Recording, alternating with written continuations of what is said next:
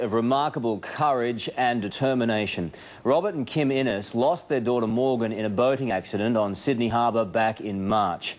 The teenager, a champion ice skater, died when the pleasure craft she was a passenger on collided with a jet cat.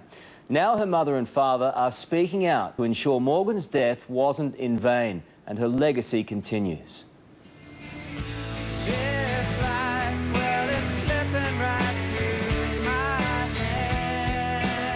We just find on a daily basis that we just miss her. I mean, she forgets skating. We're so happy, and both Robert and I, we got off the phone and said it was the right decision.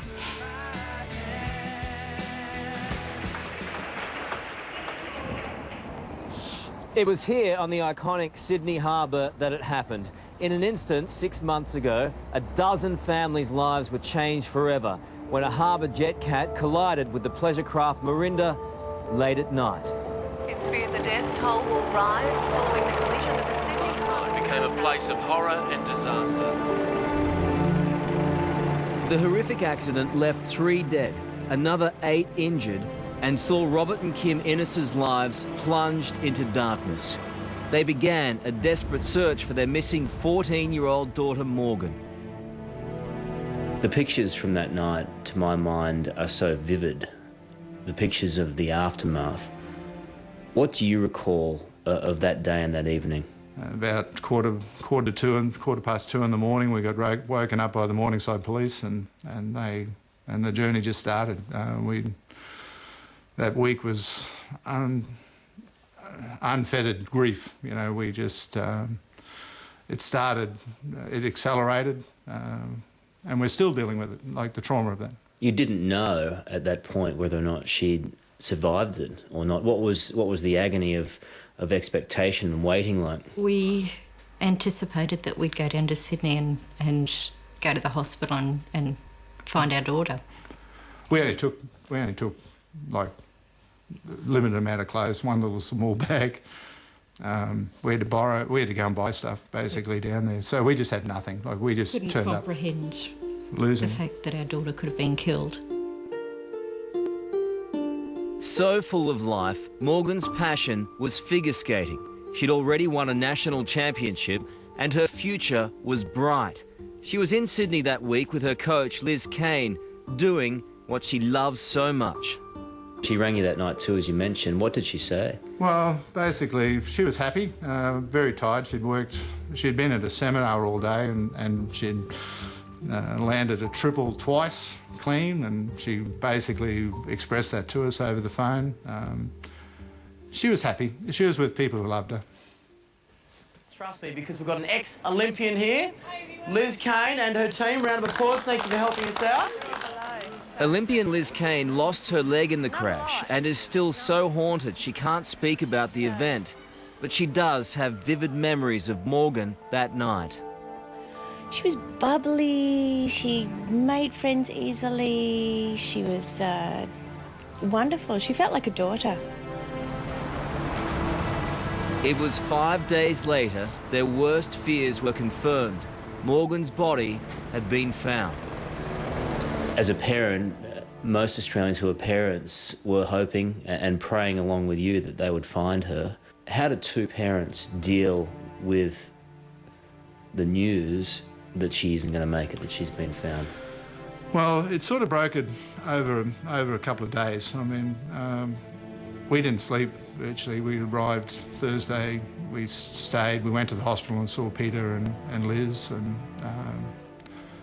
that our grief level just went to an all different level that stage. All the people on the boat were our friends.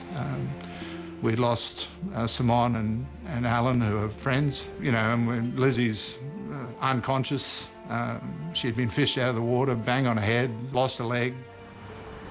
By Friday morning, I was on the harbour with another detective, and my comment to him at that stage was, I said, if you're so good at it, how come you haven't found her?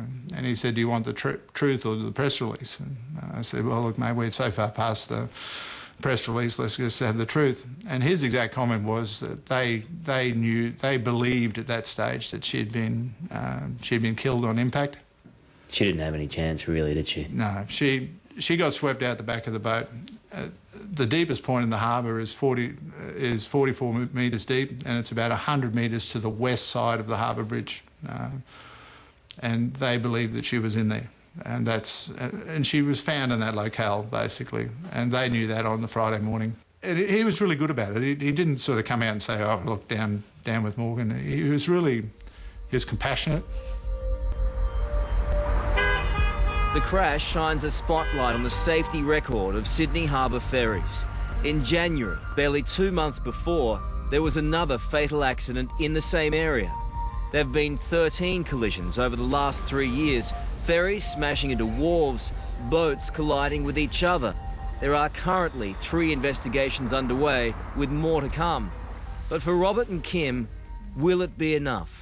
We asked the Premier and Ken Moroney and Rear Admiral Jeff Smith to guarantee us that an accident similar to this will never happen again. Enough's enough. I've drawn the line in the sand. There will be no more. So whatever I have to do to make them do the right thing, I will make them do the right thing. To keep Morgan's memory alive, the Morgan Innes Foundation has been set up to help other promising skaters. Everything sort of tastes a bit bland when you have terrible loss. Food tastes bland, life tastes bland, everything sort of stays fairly dull. And to a point, the setting up of the foundation, it was sort of really like a crossword. It was something I could do and I had the ability to do. Well, it's an incredible foundation. It's in Morgan's memory and it's to keep her with us. And it's to help kids underprivileged and also to help our future champions that are going to represent Australia and do what she would have done. And we can be really proud of that. Like you see your daughter and you've lost her. So dealing with that's very difficult. I refuse to let Morgan just pass away into oblivion. We've got to mark her stay on this earth and make sure that people are aware of it and make sure that people actually are aware of their kids a bit more. Now, really good people doing it tough, and investigations into that tragedy continue. A coroner's inquest will follow, and you can make donations to the Morgan Innes Foundation via a website. It's www.morganinnes.com. Well, he was the brave